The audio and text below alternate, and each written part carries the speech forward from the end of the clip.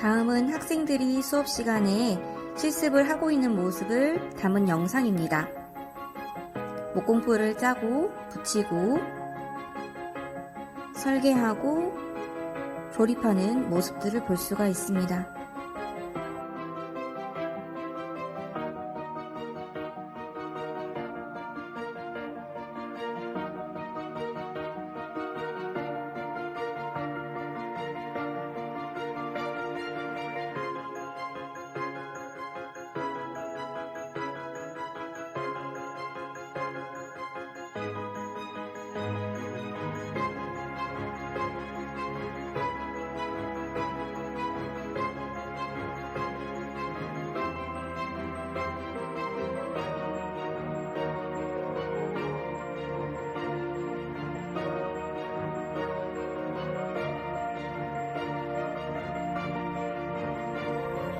이것은 절단 기계인데요. 이렇게 톱니가 움직이고 나무를 넣어서 절단을 합니다.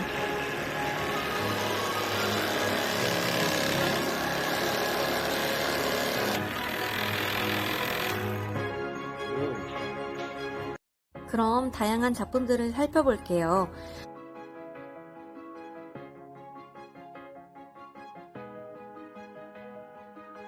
이 학생 같은 경우에는 이렇게 책꽂이를 만들었는데 책을 이렇게 볼 수도 있고 그 다음에 이제 이것을 이렇게 눕히게 되면 여기에다가 간단한 것들 수납할 수 있게 되어 있어요. 그래서 아이디어가 기발한 그런 작품이었던 것 같고요.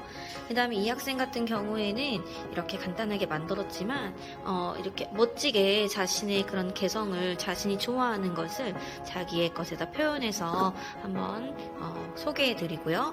이 친구 같은 경우에는 이렇게 서랍이 있는 그런 제품을 만들었어요. 서랍도 되고 여기다 이제 폰도 거치할 수 있게끔. 또 이 친구도 되게 특이했는데 여기에다가 이제 뭐 핸드폰을 거치하기도 하고 여기 안에는 수납을 하기도 합니다. 근데 이거를 또 이렇게 걸치게 해서 놔두면 또 여기에서는 또 핸드폰을 거치할 수 있는 그런 장치예요. 아이디어가 돋보이는 그런 용품이었습니다. 이 제품 같은 경우에는 이런 물건 같은 거를 놓기도 하고요.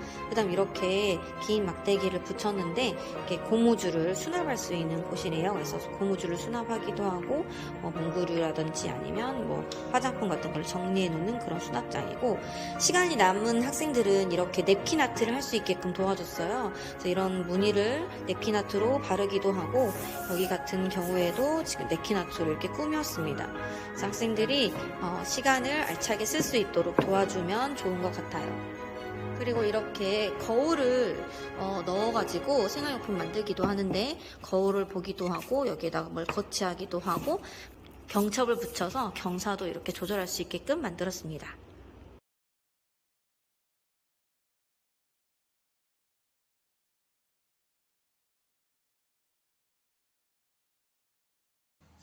오늘은 기술 시간에 할 수 있는 수행평가에 대해서 설명하도록 하겠습니다.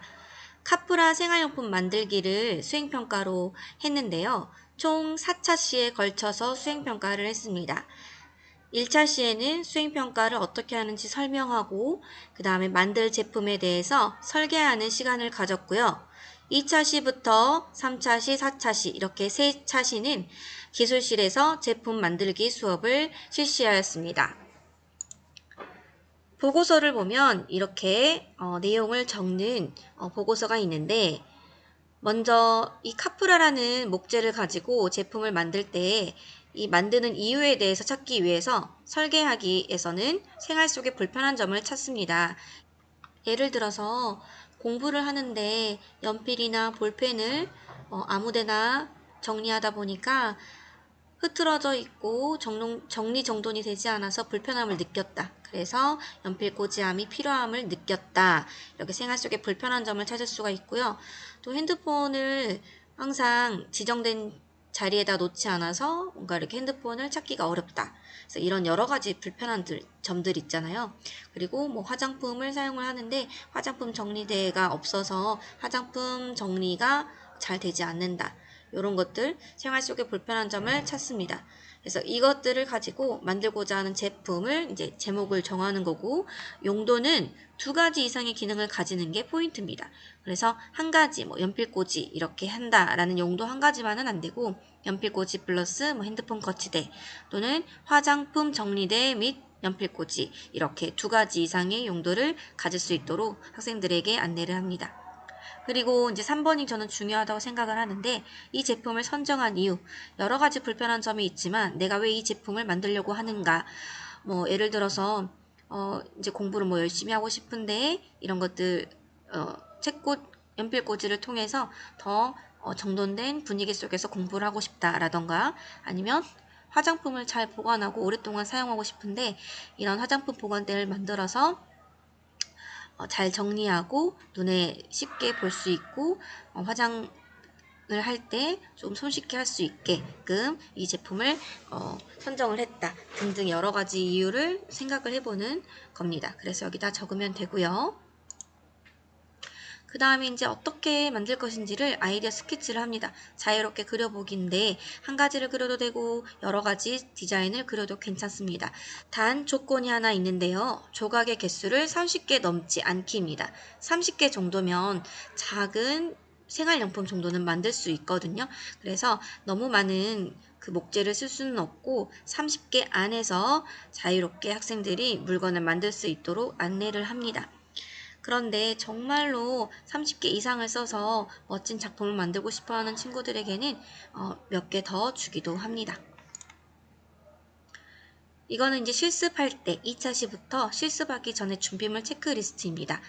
여기에다가 해당 날짜를 적고요. 물티슈는 하루에 한 장만, 그 다음에 지퍼백, 신문지는 책상에 깔아져 있는 비닐지가 되는데 요건 물티슈하고 신문지는 학교에서 나눠줍니다. 목재도 나눠주고요. 학습지도 지금 나눠줬죠? 이제 이것을 다 가지고 왔으면 확인 도장을 찍어줍니다. 이렇게 해서 체크리스트를 마련을 했고요. 제작을 할 때 학생들에게 미리 카푸라 1개의 길이를 알려주면 도움이 됩니다. 그래서 1개가 이렇게 된다. 3개를 붙이면 이렇게 된다. 5개를 붙이면 이렇게 된다. 그래서 제작할 때 참고할 수 있도록 안내를 해줍니다. 이것들은 이제 학생들과 실습을 할 때 유의해야 할 점들, 안내해야 될 점들을 적어봤는데요. 먼저 기술실에 올 때에는 종치기 전에 도착할 것을 인지시킵니다. 종이 치고 난 다음에 도착을 하면 안 되겠죠. 그 다음에 구멍이나 나사, 경첩, 거울 이런 조금 더 다른 것들을 하고 싶어하는 친구들이 있어요. 이런 것들은 개인이 준비하도록 합니다.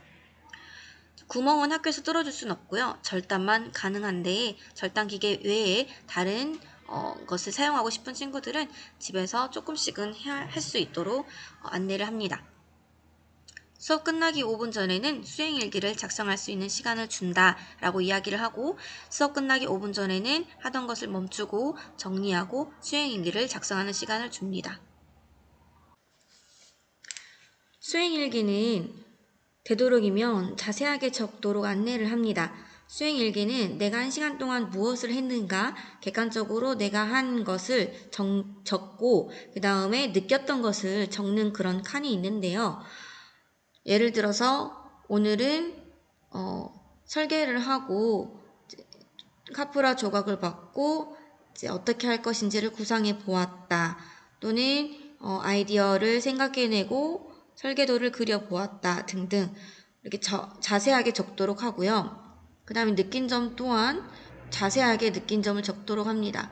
예를 들어서 생각보다 아이디어를 짜는 것에 어려움을 느꼈다라던가 아이디어를 생각하고 나니 빨리 만들고 싶은 생각이 들었다 등등등 학생들의 그런 자세한 감정이나 느낀 점들을 적을 수 있도록 안내를 합니다. 객관적으로 한 일에다가 뭐 만들었다, 그렸다 이렇게 단답형으로 쓰면 안 된다고 이야기해 주고요. 소감문도 마찬가지로 재밌었다 이렇게 단답형으로 쓰지 않도록 학생들에게 안내를 합니다. 이 부분은 실습을 할 때 또 학생들에게 알려주는 부분인데요. 수업이 시작하자마자 체크리스트를 작성하도록 안내합니다. 첫 번째 페이지에 보면은 내가 오늘 가지고 와야 될 물건들을 다 가지고 왔는가 점검하는 체크리스트가 있습니다. 목재라든지 아니면 지퍼백이라든지 아니면 보고서라든지 이런 것들을 잘 챙겼는지 체크리스트를 작성하도록 안내하고요. 저는 돌아다니면서 지난 시간에 적은 수행 일기를 검사하고 학생들이 어느 정도 하고 있는지에 대해서 피드백을 해주면서 시간을 씁니다. 물티슈는 1시간에 한 장만 사용할 수 있도록 하고요. 물티슈로 목공풀 주변이나 쓰레기를 줍거나 닦아서 알차게 사용할 수 있게끔 안내를 합니다. 새어나온 목공풀을 잘 닦거나 말려야 형태가 잘 유지됨을 인지시키고 간혹 목공풀에 다른 조각이 붙어서 떨어지지 않기 때문에 이런 것들을 주의를 주면 좋습니다. 그 다음에 이제 목공 작업이다 보니까 절단 기계를 사용할 때가 있는데요.